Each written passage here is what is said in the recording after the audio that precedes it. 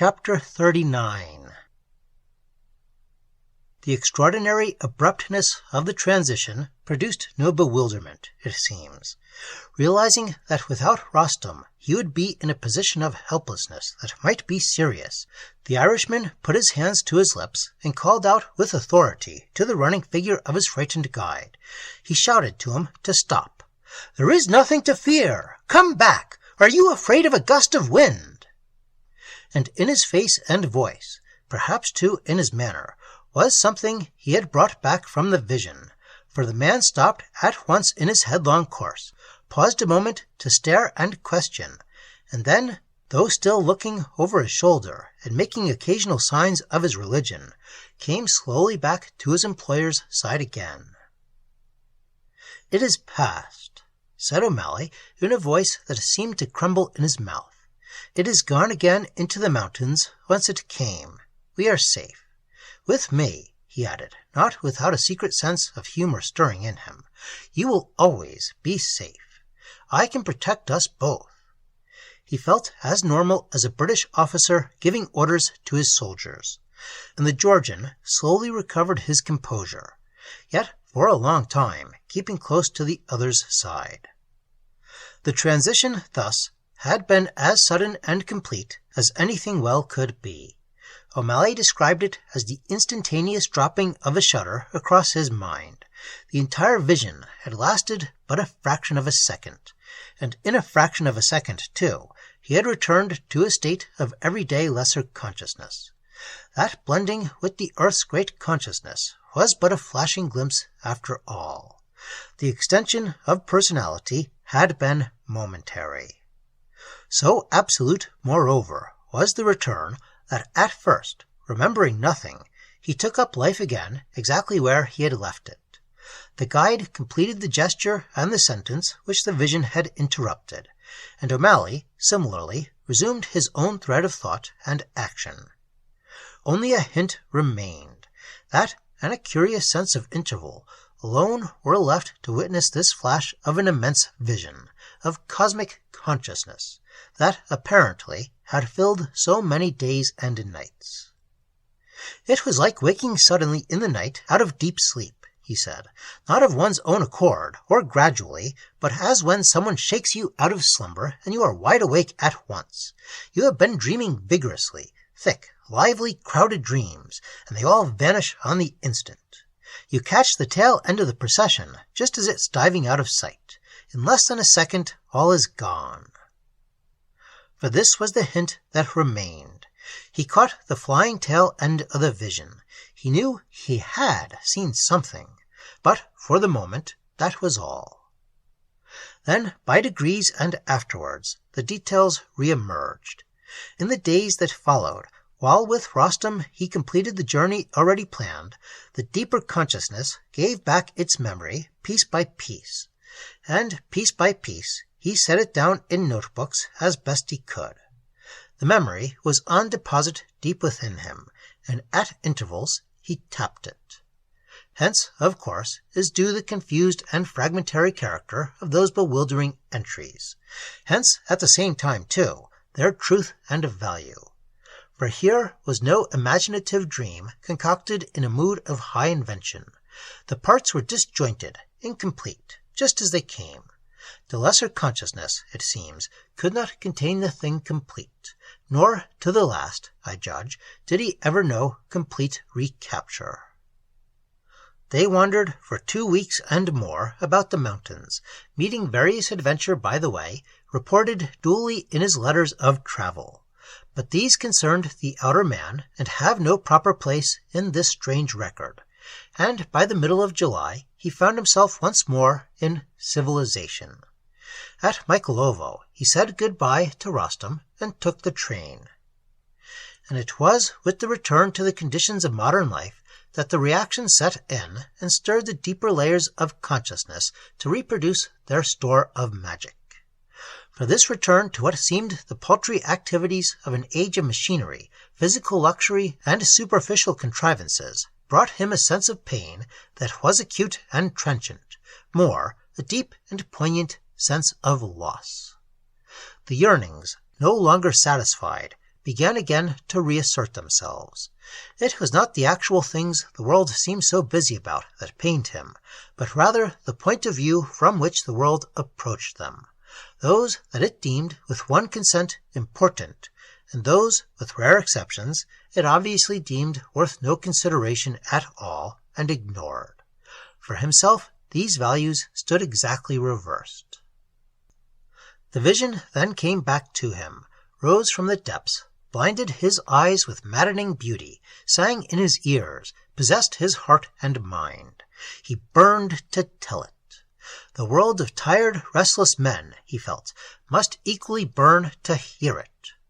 Some vision of a simple life lived close to nature came before his inner eye as the remedy for the vast disease of restless self-seeking of the age, the medicine that should cure the entire world.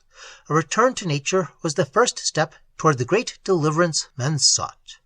And, most of all, he yearned to tell it first to Heinrich Stahl. To hear him talk about it, as he talked perhaps to me alone, was genuinely pathetic. For here, in Terence O'Malley, I thought to see the essential futility of all dreamers nakedly revealed. His vision was so fine, sincere, and noble, his difficulty in imparting it so painful, and its marriage with practical action so ludicrously impracticable. At any rate, that combination of vision and action, called sometimes genius, which can shake the world, assuredly was not his. For his was no constructive mind. He was not intellectual. He saw, but with the heart. He could not build. To plan a new utopia was as impossible to him as to shape even in words the splendor he had known and lived. Bricks and straw could only smother him before he laid what most would deem foundations. At first, too, in those days while waiting for the steamer in Batumi, he kept strangely silent. Even in his own thoughts was silence. He could not speak of what he knew. Even paper refused it.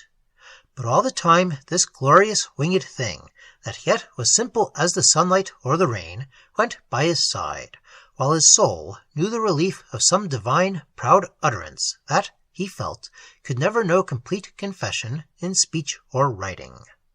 Later he stammered over it, to his notebooks and to me, and partially also to Dr. Stahl. But at first it dwelt alone and hidden, contained in this deep silence.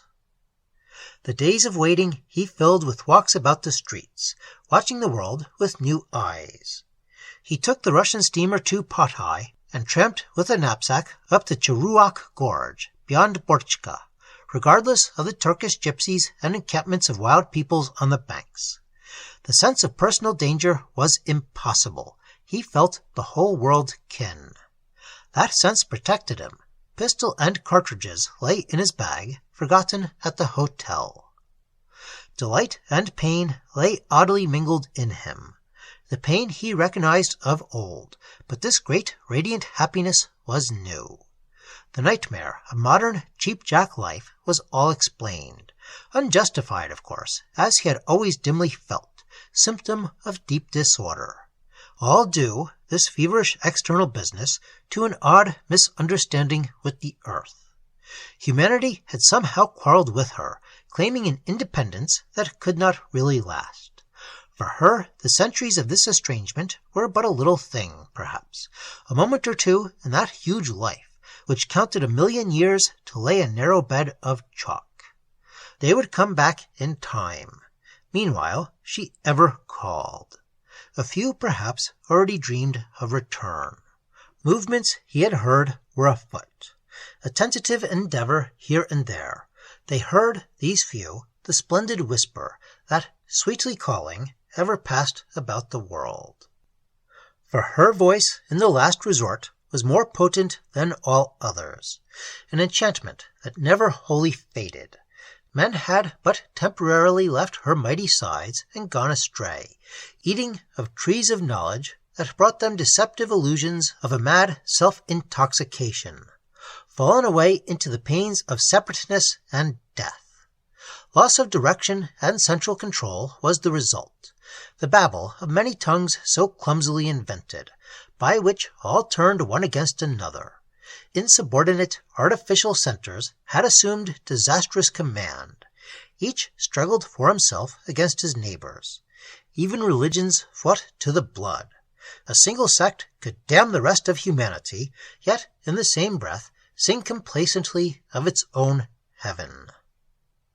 Meanwhile, she smiled in love and patience, letting them learn their lesson. Meanwhile, she watched and waited while, like foolish children, they toiled and sweated after futile transient things that brought no single letter of content.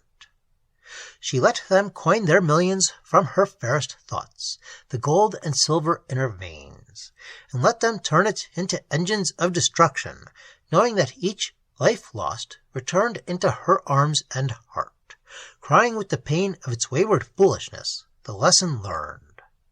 She watched their tears and struggling just outside the open nursery door, knowing they must at length return for food. And while thus waiting, watching, she heard all prayers that reached her. She answered them with love and forgiveness ever ready. And to the few who realized their folly, naughtiness perhaps, at worst it was, this side of death, she brought full measure of peace and joy and beauty. Not permanently could they hurt themselves, for evil was but distance from her side, the ignorance of those who had wandered furthest into the little dark labyrinth of a separated self. The intellect they were so proud of had misled them. And sometimes, here and there across the ages, with a glory that refused utterly to be denied, she thundered forth her old sweet message of deliverance. Through poet, priest, or child, she called her children home. The summons rang like magic across the wastes of this dreary, separated existence. Some heard and listened, some turned back, some wandered and were strangely thrilled. Some, thinking it too simple to be true, were puzzled by the yearning and the tears, and went back to seek for a more difficult way, while most, denying the secret glory in their hearts, sought to persuade themselves they loved the strife and hurrying fever best. At other times, again, she chose quite different ways, and sent the amazing message in a flower, a breath of evening air, a shell upon the shore, though oftenest, perhaps, it hid in a strain of music, a patch of color on the sea or hills, a rustle of branches in a little twilight wind, a whisper in the dusk or in the dawn. He remembered his own first visions of it. Only never could the summons come to her children through the intellect, for this it was that led them first away. Her message enters ever by the heart. The simple life. He smiled as he thought of the bald utopias here and there devised by men, for he had seen a truth whose brilliance smote his eyes too dazzlingly to permit of the smallest corner of darkness.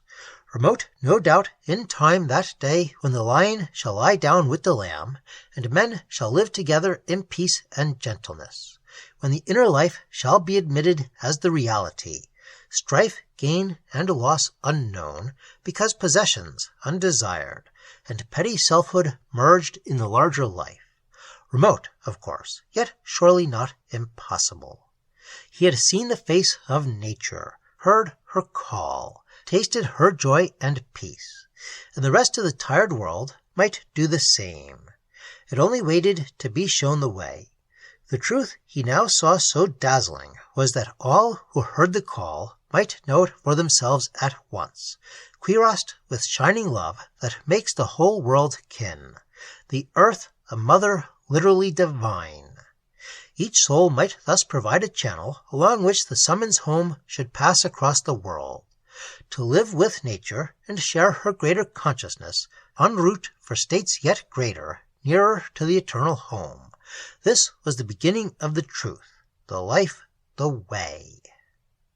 He saw religion all explained, and those hard sayings that make men turn away, the imagined dread of losing life to find it, the counsel of perfection that the neighbor shall be loved as self, the fancied injury and outrage that made it hard for rich men to enter the kingdom. Of these, as of 100 other sayings, he saw the necessary truth. It all seemed easy now. The world would see it with him.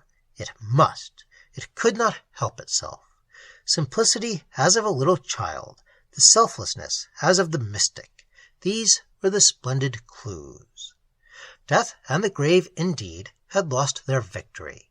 For in the stages of wider consciousness beyond this transient physical phase, he saw all loved ones joined and safe, as separate words upgathered each to each in the parent sentence that explains them, the sentence in the paragraph in the whole grand story, all achieved, and so at length into the eternal library of God that consummates the whole. He saw the glorious series, timeless and serene, advancing to the climax, and somehow understood that individuality at each stage was never lost, but rather extended and magnified.